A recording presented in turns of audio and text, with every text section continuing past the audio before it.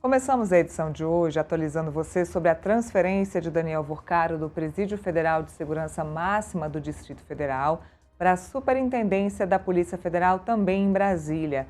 A ação foi autorizada pelo ministro André Mendonça e a expectativa agora é pelo avanço no acordo de delação premiada do banqueiro. Quem vai trazer mais detalhes é a repórter Camila Xavier. Camila, como foi a transferência? Explica pra gente. Muito bom dia, bem-vinda. Bom dia, Neila. Bom dia a quem nos assiste aqui no Contexto Metrópolis. Esse processo foi bem rápido, considerando a saída da penitenciária federal, na qual Daniel Vorcaro estava preso, e vindo aqui para a Superintendência da Polícia Federal. Ele saiu lá da penitenciária por volta das 18h50 em um helicóptero e chegou aqui na Superintendência por volta das 19h, 19h05. Mas como o Igor Gadelha mostrou na sua coluna ontem, aqui no Metrópolis, esse processo todo durou cerca de 1 hora. Isso porque o helicóptero saiu do hangar lá do aeroporto, foi até a penitenciária e depois veio aqui para a superintendência. E ele foi transferido, Daniel Vorcaro foi transferido em um helicóptero que é utilizado em operações consideradas de alta complexidade. E aí chegou aqui na noite de ontem e se encontra preso aqui desde então, Neila. Camila, a apuração da colunista Manuela Alcântara é de que a transferência para a superintendência foi uma espécie de acordo para que a delação aconteça. Quais novas informações você pode nos trazer? Pois é, a Manuela Alcântara também trouxe na sua coluna que ontem o ministro André Mendonça negou um pedido que havia sido feito pela defesa de Daniel Vorcaro de prisão domiciliar. Ele negou esse pedido, mas concedeu essa transferência aqui para a Superintendência da Polícia Federal. Isso porque, segundo a apuração dela, da Manuela Alcântara, esse foi um dos pontos inegociáveis para a defesa de Daniel Vorcaro, que, para fechar um acordo de delação premiada, ele deveria ser necessariamente, então, transferido aqui para a superintendência. Isso porque ele e a sua defesa entendem que ele vai precisar agora de máxima segurança durante esse processo de delação. E essa transferência também, Neila, é vista como um movimento estratégico, principalmente considerando esse processo de colaboração que Daniel Vorcaro firmou com a Polícia Federal. Isso porque aqui na superintendência ele vai ficar mais próximo das equipes de investigação. Então isso ajuda tanto na coleta dos depoimentos que ele vai prestar à Polícia Federal e também no processo de negociação que vai acontecer entre ele, sua defesa e a Polícia Federal e a Procuradoria-Geral da República. Então, além dessa questão da segurança, de ele estar melhor assistido aqui, ele também vai ficar mais próximo das equipes que vão conduzir esse processo, Neila. Bom, já temos matéria aqui do colunista Igor Gadelha que conta quem avisou Daniel Vorcaro sobre a transferência para a Superintendência da Polícia Federal. A matéria conta que por volta ali de 4h30 da tarde, os próprios advogados de Daniel Vorcaro avisaram sobre essa transferência. Lembrando que agora o advogado dele é o Juca, né, o José Luiz Oliveira, e também Sérgio Leonardo durante a visita ao cliente. Então, os advogados estiveram lá na prisão federal, no presídio federal aqui de Brasília, do Distrito Federal, conversaram com Daniel Vorcaro e avisaram a ele sobre essa transferência para a Superintendência da Polícia Federal. Essa transferência, entretanto, aconteceu horas depois. Esse helicóptero da Polícia Federal, essa transferência aconteceu de helicóptero. O helicóptero decolou do hangar às 6h17, 6 da tarde, pousando na Penitenciária Federal por volta das 6h30 da tarde. Quase meia hora depois, às 6h53, a aeronave decolou novamente da penitenciária em direção à Superintendência da Polícia Federal. E aí sim, lá pousou às 7h18, as fotos do Portal Metrópolis, inclusive fotos exclusivas, viu, pessoal? Só o Metrópolis fez as fotos da chegada do Daniel Vorcaro à Superintendência da Polícia Federal. Antes de eu continuar o papo com a Camila, deixe-me acionar o Felipe Monteiro na nossa conversa. Felipe, é claro que esse possível acordo de delação premiada deixa a classe política em constante estado de alerta e tensão. Muito bom dia. Certamente hoje tem gente que acordou ou sequer acordou porque não dormiu, preocupado com essa delação premiada. Bom dia, Neila. Certamente Brasília está apreensiva. Os políticos estão apreensivos, as autoridades estão apreensivas, porque esse é o primeiro passo da delação premiada, né? O cara assinou o termo de confidencialidade, já teve a primeira negociação, né, da defesa com o Ministério Público e com a Justiça, né, transferindo o Daniel Worcaro do Presídio Federal de Segurança Máxima para a Superintendência da Polícia Federal, onde ele estará perto, né, das autoridades e, sob de dúvida, iniciará, né, a delação premiada, iniciará a negociação do que ele sabe, do que é importante e do que tem e ir para frente relacionado com a sua delação premiada. Neila, aí tem um ponto importante, né? Eu espero realmente, como a maioria dos brasileiros, que essa delação premiada seja ampla, seja mais permeável possível, né? E que ele realmente fale de todas as autoridades em que ele teve algum tipo de ligação.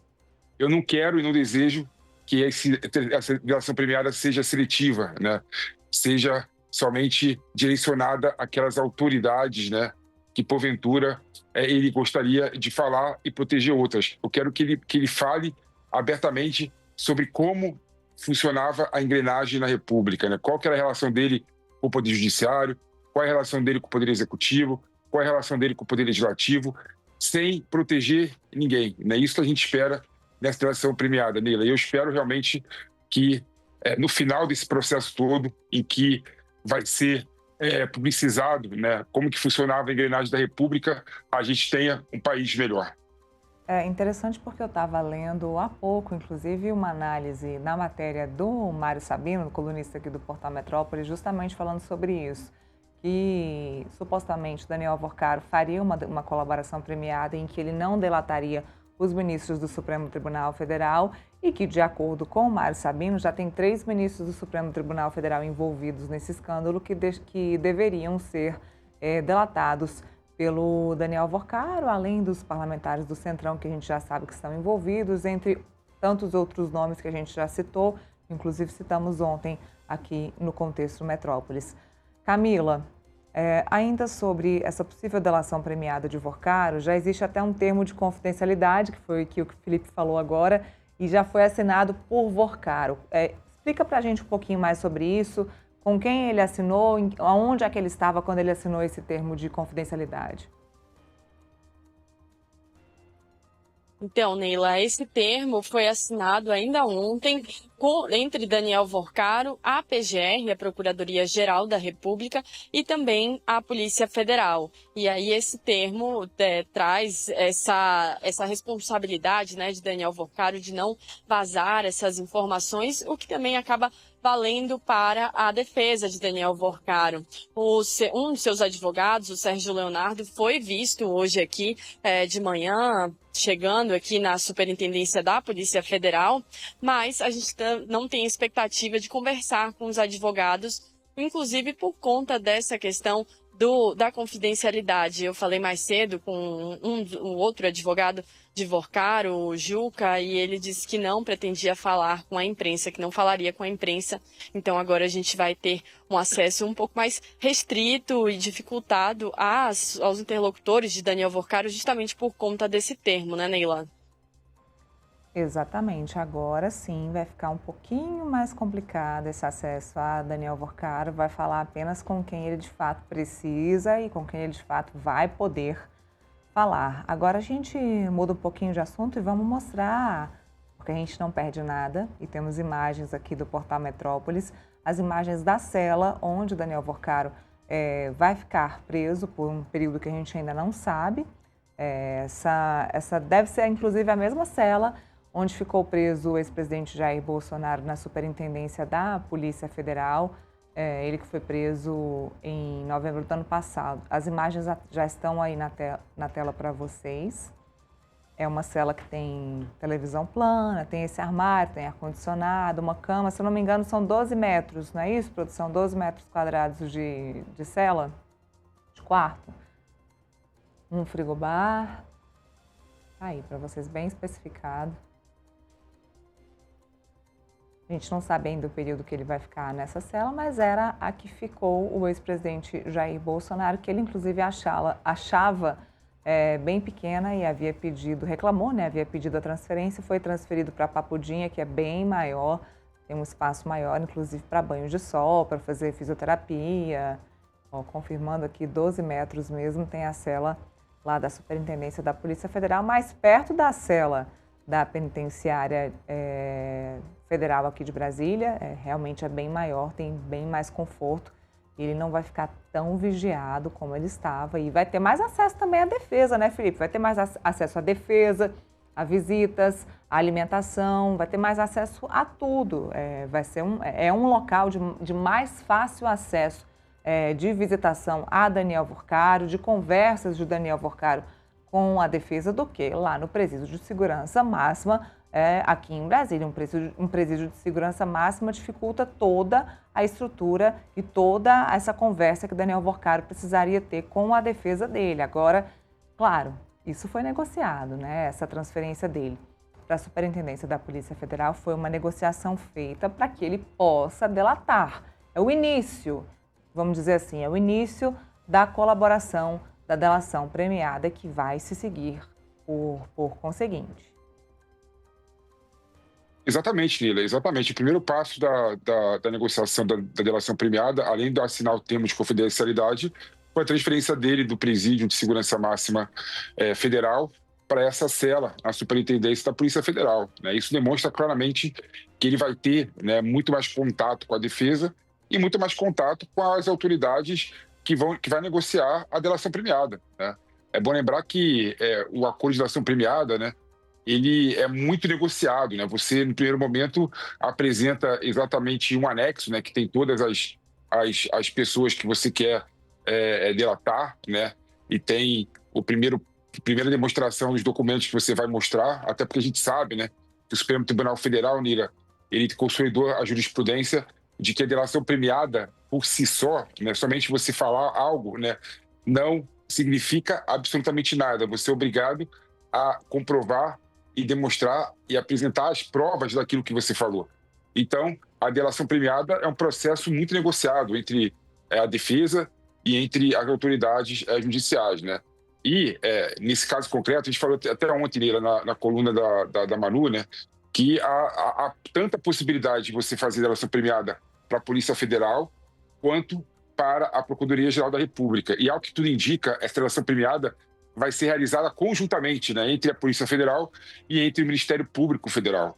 Ou seja, é tão complexo, né, e é tão profunda a possibilidade dele realmente colocar, né, luzes, como é que funciona a República, que a delação premiada não vai ser realizada somente com o órgão, né, vai ser realizada com os dois entes, né, que possibilita a delação premiada, tanto a Polícia Federal quanto a Procuradoria-Geral da República, né? Isso vai ajudar a dar muito mais força à delação premiada, vai ajudar a dar muito mais subsídio à delação premiada do que somente ele negociar com só um órgão, né? E isso também provavelmente vai fortalecer a delação premiada e possivelmente o STF, né, na alçada do André Mendonça, não vai poder, né, ter muita margem para não aceitar a delação premiada, que vai realmente chacoalhar a República, Nira.